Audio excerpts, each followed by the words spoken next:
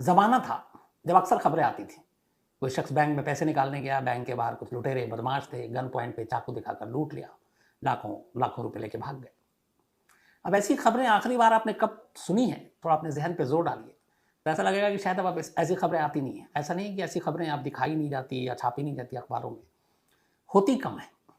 अब आजकल बैंक के बाहर लूट-पाट ये सारी चीज़ें बहुत कम हो गई हैं, क्योंकि अब शायद क्रिमिनल भी ज़्यादा जोखिम लेने को तैयार नहीं है। बैंक के बाहर किसी को लूटना चाकू की नोक पर या गन पॉइंट पर थोड़ा मुश्किल काम होता है, रिस्की भी होता है। बहुत सारे लोग होते हैं भीड़ में, कोई पकड़ डाले, बहुत सारे पकड़े भी गए।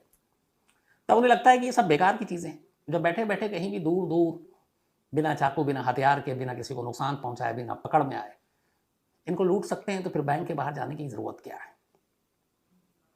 और इन्हीं चीज़ों ने अब एक नए थ्रेट, एक नए खतरे को जन्म दे दिया है। आज की कहानी एक ऐसे हैकर की कहानी है, जिससे इसका कोई मतलब नहीं है कि वो किस शहर में, बल्कि किस देश में है।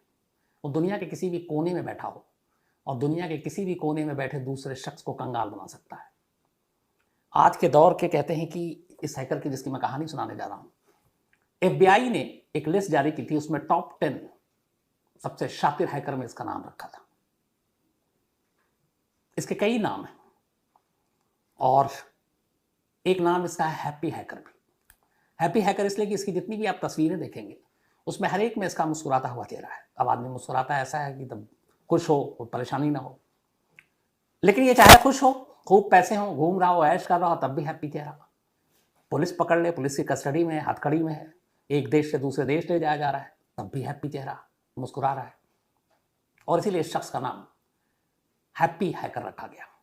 5 साल तक एफबीआई, अमेरिकी जांच agency, federal bureau of investigation, नामचीन लोग इस एजेंसी से जुड़े हुए, वो इसकी तलाश में रहे। इंटरपोल यानी कि इंटरनेशनल पुलिस, जो पूरी दुनिया के हर देश जिसके साथ जुड़े हुए, वो इसकी तलाश में रही। लेकिन 5 साल तक इस सबको चकमा देता रहा और 5 साल के बाद ये कहीं जाकर पकड़ा गया। और उस पकड़ने की कहानी भी बड़ी अजीब है। इस कहानी की शुरुआत होती है 2009 में। अमेरिका के जॉर्जिया इलाके में कुछ बैंकों को अजीब सी शिकायतें मिलती हैं। कुछ लोग कहते हैं कि हमारा आपके अकाउंट है, हमारे पैसे अकाउंट से बाहर हो रहे हैं, कोई निकाल रहा है, हमने तो निकाला नहीं। कुछ फाइनेंशियल ऑर्गेनाइजेशन और कुछ और लोग भी, कॉरपोरेशन के लोग जो पैसों का लेन देन करते हैं, उनको भी ऐसे ही लगा। माइक्रोसॉफ्ट जैसी कंपनी ने कंप्लेंट लिखाई। अब वहां की पुलिस, फिर एफबीआई को जांच दिया गया कि ये हो क्या रहा है, लोगों के पैसे कहां से गायब हो रहे हैं। धीरे धीरे करके ऐसी शिकायतों के अंबार लग गए। कहते हैं कि करीब 60 मिलियंस, यानी कि 1 मिलियन में 10 लाख होते हैं, 60 मिलियंस कंप्यूटर को हैक कर लिया था 3 साल के फासले में। अब इन 60 मिलियंस कंप्यूटर को जो हैक किया, इन तमाम लोगों को हैक करने के बाद इनकी हर चीज, चाहे वो जानकारी हो, इंफॉर्मेशन हो, पैसे हो, वो सारी चीजों पे उस शख्स का हक था जिसने इसे हैक किया था। करीब $4 बिलियन, $4 बिलियन इन 3 सालों में, 2009 से 12 के बीच में, इस हैप्पी हैकर ने अपने एक साथी के साथ मिलकर लोगों के लूटे $4 बिलियन। और इनमें से ज्यादातर 99% केसेस जो थे वो अमेरिका के थे और अमेरिका में रहने वाले लोगों के थे। तो इसके निशाने पर सबसे ज्यादा अमेरिका था और इसीलिए एफबीआई की टीम परेशान थी इसको पकड़ने में। कौन है ये, लगी रही 1-2 साल तो इसके बारे में ही पता करने के लिए, लेकिन पता ही नहीं चली कि कौन छलावा है, क्या है। पूरी तलाश की, कहीं से नहीं मिला। आखिर में एक एफबीआई एजेंट को एक इनपुट मिलता है कि अल्जीरिया में एक शख्स है और उस शख्स का नाम है हमजा बेंदेलाज। हमजा बेंदेलाज एक सॉफ्टवेयर इंजीनियर, कंप्यूटर का ग्रेजुएट, उम्र सिर्फ उस वक्त इसकी थी करीब 20 साल। उसका कहीं ना कहीं इस धोखाधड़ी और इस कंप्यूटर को हैक करके सारे लोगों के पैसे उड़ाने का शक है। अब एफबीआई की टीम को ये इनपुट मिला बाकी एजेंसियों के जरिए। एफबीआई की टीम ने अपने एक एजेंट को लगाया इसके पीछे। एजेंट महीनों भटकता रहा, किसी तरह उसने अपने नेटवर्क बनाया, एक से दूसरे मुखबिर, दूसरे से तीसरे, करते करते करते आखिरकार वो हमजा बेंदेलाज के पास पहुंचा। वहां तक पहुंच हुई तो इस एफबीआई एजेंट ने अपने आप को दिखाया कि वो भी एक हैकर है, क्रिमिनल है, लोगों के बैंकों के पैसे उड़ाना उसका काम है। तो उस वक्त इसकी जब मुलाकात हुई उससे, तो इसने कहा कि मुझे भी इस तरह से लोगों को चूना लगाना है, तब एक सॉफ्टवेयर आया था और खासतौर पे डार्क नेट पे और क्रिमिनल के बीच में बड़ा पॉपुलर था। उसका नाम था स्पाई आई, मतलब जासूसी आंखें। इस सॉफ्टवेयर को डेवलप करने और इसका इस्तेमाल कर 60 यानी कि 60 मिलियन कंप्यूटर को हैक करने, $4 बिलियन को उड़ाने का जो काम किया था, उसमें एक हमजा था और उसका एक और पार्टनर था। तो FBI एजेंट को ये सारी अपनी जासूसी के दौरान सारी जानकारी मिली और इसके बाद वो हमजा से किसी तरह से एक दिन मिलता है और अब रंगे हाथों पकड़ना है, तो वो कहता है मुझे स्पाई आई चाहिए, खरीदना है। हमजा तैयार हो जाता है, कहता है ठीक है हम देंगे। अब FBI एजेंट को लग गया कि ये पूरा ऑपरेशन कामयाब है, लेकिन जिस वक्त डिलीवरी और इसकी सारी बात हुई थी, हमजा पहुंचता नहीं, हमजा निकल गया। अब FBI एजेंट के हाथ खाली, लेकिन अब एक चेहरा आ गया। अब उस चेहरे के जरिए FBI ने हमजा की पूरी कुंडली को खंगालना शुरू किया। जब कुंडली खंगाली तो पता चला कि हमजा अल्जीरिया के एक जगह है, वहां पे टीजी ओजो कुबा, तो टीजी ओजो कुबा में है, ये अल्जीरिया का एक शहर है, वहां पे इसका जन्म हुआ था 3 जून 1988, यानी अभी उसकी उम्र 12 दूनी 24 साल है, टोटल 24 साल का एक लड़का है वो। तो अल्जीरिया में पैदा हुआ, दिमाग का तेज था, बचपन से अच्छे घर से था, माँ बाप ने स्कूल में पढ़ाया, फिर ये कॉलेज गया, कॉलेज में इसने कंप्यूटर साइंस में ग्रेजुएशन किया। कंप्यूटर का कीड़ा था इसके अंदर, हमेशा कुछ ना कुछ करता रहता था। इसी शौक को पूरा करने के लिए उसने पढ़ाई के साथ साथ कंप्यूटर रिपेयरिंग और कंप्यूटर की और जानकारी के लिए थोड़े पार्ट टाइम काम भी किया। जब इसकी उम्र सिर्फ 20 साल हुई, तभी ये हैकिंग में उस्ताद हो गया और इसने छोटी मोटी हैकिंग करनी शुरू की। इसी दौरान में उसी वक्त एक और शख्स था जो अल्जीरिया से दूर रूस में बैठा हुआ था, और रूस में बैठे हुए इस शख्स का भी जो दिमाग था वो हैकिंग की तरफ था। उस शख्स का नाम था अलेक्जेंडर पेनिन। अलेक्जेंडर पेनिन 25 साल की उम्र का उस वक्त, ये 20 साल का, ज़्यादा उम्र में फर्क भी नहीं। वो भी हैकिंग में लगा हुआ है और अलेक्जेंडर पेनिन ने ही इस स्पाई आई की एक तरह से शुरुआत की। फिर उसे लगा कि इसमें कुछ और चीज़ें चाहिए, तब उसे पता चला हमजा के बारे में, तो उसने हमजा को कॉन्टेक्ट किया। अब इस स्पाई आई के दो जो पैदा करने वाले लोग, उसमें एक अलेक्जेंडर पेनिन और दूसरा हमजा बेंदेलास, अल्जीरिया का। तो रूस और अल्जीरिया के दो लड़के मिलकर एक ऐसा सॉफ्टवेयर बनाते हैं जिससे वो किसी के भी कंप्यूटर में घुस जाए। अब इन्होंने सॉफ्टवेयर बनाने के बाद लोगों के कंप्यूटर में वायरस के थ्रू अपनी एंट्री मारनी शुरू की। वो कुछ ऐसी चीज़ भेजते हैं, जैसे आप खोलते हैं कोई मेल वेल, उसमें कुछ होता है, तो उस वायरस के थ्रू उस कंप्यूटर में एंट्री मारते। जैसे एंट्री मारते लोग लॉगिन करते, उसके बाद ये बैठे बैठे इस स्पाई आई ऐप के जरिए और उस वायरस के जरिए जो एंट्री मार चुके हैं, कंप्यूटर में घुस चुके हैं, ये वैसे ही जैसे आपकी तिजोरी में कोई घुस गया। उसके बाद आपके लॉगिन आईडी, पासवर्ड, फिर उसके जरिए आपके बैंक के डिटेल, कार्ड के डिटेल, पिन, ये सारी जानकारी अब इनके पास, आपका पूरा कंप्यूटर, आपका पूरे मोबाइल में जो सिस्टम है उस पर अब इनका कंट्रोल है। एक बार वायरस के थ्रू और इस स्पाई आई के थ्रू वो सामने वाले के कंप्यूटर में घुसते और उसकी सारी जानकारी, सारी इंफॉर्मेशन चुरा लेते। जब सारी चीज़ें आ जाती, लॉगिन से लेके पासवर्ड, यहाँ तक कि पिन भी, ठीक है, अब सब कुछ आप ही जनरेट कर रहे हो। आप जैसे बैंक नेट बैंकिंग करते हैं तो कई बार हम लोग जब ट्रांजेक्शन करते हैं, कुछ करते हैं, तो एक पिन मांगा जाता है जो हम रजिस्टर्ड मोबाइल नंबर देते हैं। तो ये इस तरह से हैक करते थे कि वो पिन और मोबाइल नंबर, वो सारी चीज़ें भी अब उसी के पास आ गई। तो इस तरीके से जब सारा कंट्रोल हो जाता तो सबसे लास्ट में ये उसके खाते को खाली कर देता, अकाउंट को, और धीरे धीरे इस तरह से लोगों के अकाउंट खाली करता गया। 3 साल में सिर्फ 2009 से 12 तक में जब एक डेटा निकाला गया तो पता चला कि इस अमाउंट जो है $4 बिलियन के करीब है। तो अब इन दोनों ने ये तो किया ही, साथ में अब उन्होंने क्या किया कि इस स्पाई आई को ऑनलाइन डार्क नेट पे बेचना भी शुरू कर दिया। लेकिन ये शरीफों को नहीं बेचते थे, क्रिमिनल्स को बेचते थे, खासतौर पे जो रशियन बेस्ड क्रिमिनल हैं, और अब वो लोग भी इसी तरीके से हैक करते और पैसे कमाते हैं। तो जॉर्जिया में जब केस दर्ज हुआ, उसके बाद FBI की जांच लगी, उसके बाद फिर हमजा के बारे में पता चला, हमजा के जरिए पेनिन के बारे में पता चला। अब FBI की टीम ने इंटरपोल को भी अलर्ट कर दिया। अब इनकी तलाश शुरू हुई, पर दोनों हाथ नहीं आ रहे। 2009 से ये शुरू हुआ था, 12 तक चला। इसके बाद अचानक 2013 में एक कहानी होती है।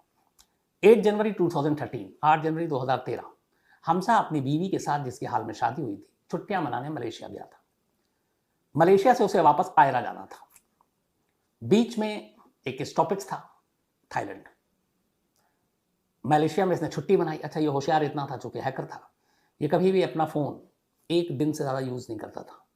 सिर्फ सिम नहीं, फ़ोन, हर दिन phone change, IMI number change हो जाता। इसके अलावा इसके जो भी इलेक्ट्रॉनिक गैजेट्स थे वो 24 घंटे से ज़्यादा अपने पास नहीं रखता, ताकि FBI, इंटरपोल, बाकी कोई इस पर नज़र ही ना सके। सैटेलाइट फ़ोन का इस्तेमाल करता था। अब ये सारी चीज़ों के बाद मलेशिया गया, मलेशिया में बीवी के साथ छुट्टी मनाई, छुट्टी मना कर इसको कायरा जाना है, लेकिन बीच में एक फ़्लाइट चेंज करनी है और वो फ़्लाइट चेंज होनी है थाईलैंड से।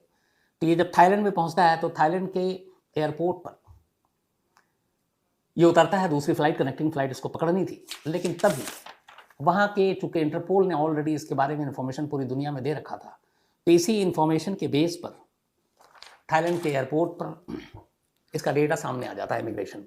जैसे ही आता है वो अलर्ट हो जाते हैं, वो खबर करते हैं, वहाँ के इमिग्रेशन ऑफिशियल आते हैं और हमजा और उसकी वाइफ को रोक लेते हैं। उसके बाद वो कंफर्म करते हैं कि ये वही हमजा है जिसको इंटरपोल वांटेड है, अमेरिका को चाहिए। जब उससे पूछते हैं वो बहुत ईमानदारी से अपना पूरा नाम बताता है और कहता है हाँ मैं वही हूँ, बट कहता है कि मेरी वाइफ का इसमें कोई रोल नहीं है, मेरी वाइफ को आप सफ़र जारी करने दीजिए। वो भी विरोध भी नहीं कर रहा गिरफ्तारी का, मुस्कुरा भी रहा है, कह रहा हाँ मैं ही हूँ।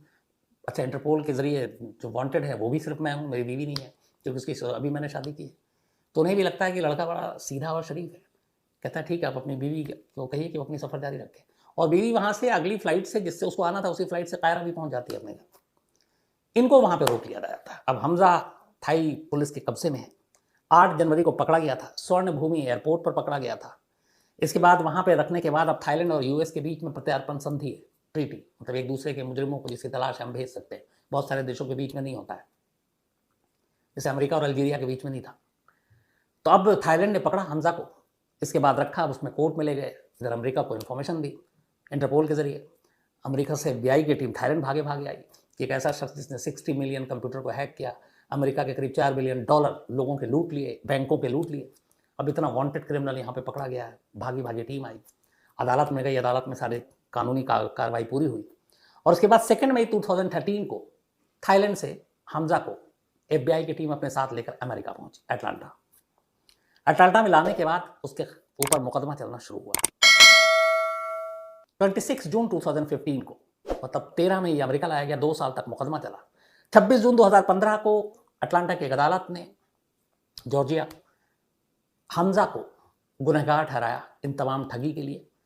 और ये FBI ने जो रिपोर्ट दी वो ये थी कि कुल 217 बैंकों से $4 बिलियन इसने चुराए, हैक करके, लोगों के खाते खाली करके।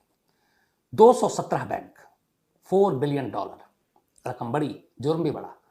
लेकिन इत्तेफाक से इस फाइनेंशियल घोटाले, करप्शन, चोरी, हैक करना, पैसे निकालना, इसके लिए अमेरिका में या शायद दुनिया में भी कहीं डेथ पेनल्टी नहीं है, मौत की सज़ा नहीं है।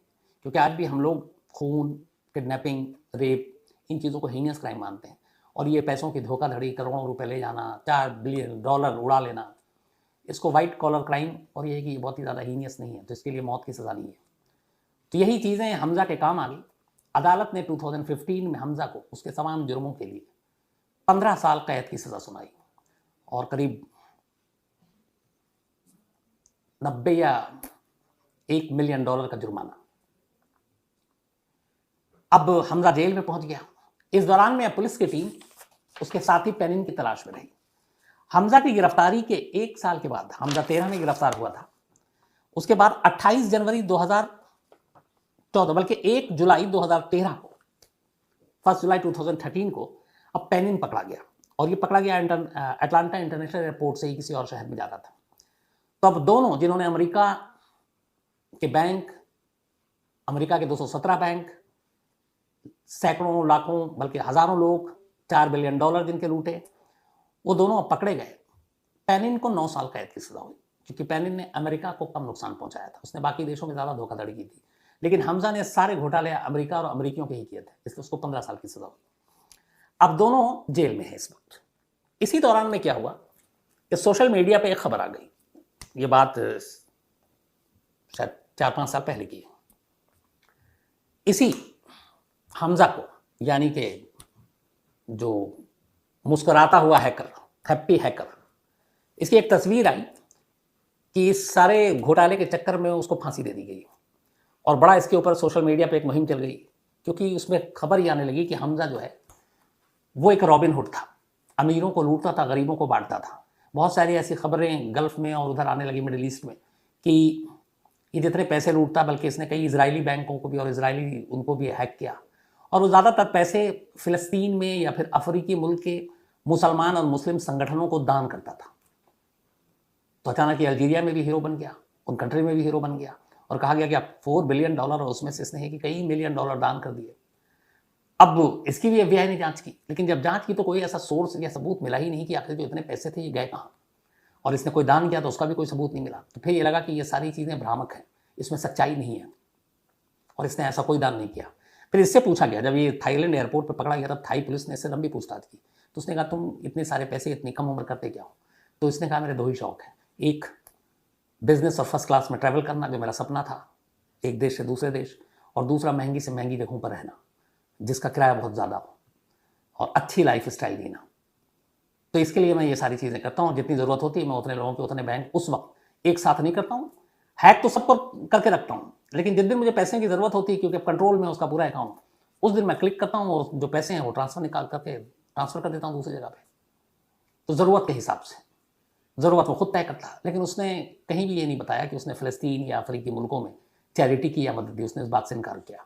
FBI की भी अपनी रिपोर्ट आई, उसमें ये कहा गया कि ऐसे कोई सबूत नहीं मिले हैं कि हमजा एक रॉबिन हुड या बहुत बढ़िया इंसान था, वो एक हैकर था, एक चोर था, और उसको 15 साल की सज़ा मिली। तो इसी दौरान में एक फांसी की तस्वीर आ गई। वो तस्वीर असल में ईरान में 2 लोगों को फांसी दी गई थी, और उन 2 लोगों को जो फांसी दी गई, उन 2 की जगह पे हमजा और पैनिन, ये जो दोनों पकड़े गए थे, इनकी तस्वीर चिपका दी गई थी, और ये दिखाया गया कि अमेरिका में इनको फांसी दे दी गई। बाद में अल्जीरिया में अमेरिका के जो एम्बेसडर थे उनको सफाई देनी पड़ी कि भाई हम फांसी नहीं दे सकते, क्योंकि जो ये जुर्म है, साइबर जो लॉ है उनके यहाँ, ये जो फाइनेंशियल घोटाले चोरी है, इसके लिए हमारे यहाँ पनिशमेंट डेथ पेनल्टी है ही नहीं, तो हम कैसे दे सकते हैं। तो फिर जाकर ये मामला रुका और ये कहा गया, वरना एक मुहिम चल गई थी कि नहीं फांसी नहीं होनी चाहिए, और ये नहीं, बाद में चला वो फेक न्यूज़ था। तो आज की सच्चाई ये है कि इस वक्त का, इस दौर का जो सबसे बड़ा हैकर हमजा, वो अमेरिका में अटलांटा में जेल में बंद है, 15 साल की सज़ा काट रहा है। 15 साल में 7 साल काट चुका है, 2022 हो चुका है। 8 साल और, यानी कि अगर सब कुछ ठीक रहा तो 2030 तक वो कैद में रहेगा। 30 के बाद बरी हो जाएगा, हो सकता है उससे पहले भी बरी कर दे अगर कुछ कानून वहाँ बीच में आ जाती है तो। और पैनिन भी अभी जेल में है, उसको करीब 7 साल हो गए, 2 साल और जेल में रहना, 2024 में वो बाहर निकलेगा। तो ये थी कहानी एक ऐसे हैकर की जिसकी उम्र सिर्फ 24 साल, लेकिन ये 24 साल की उम्र में ही $4 बिलियन उड़ा लिए।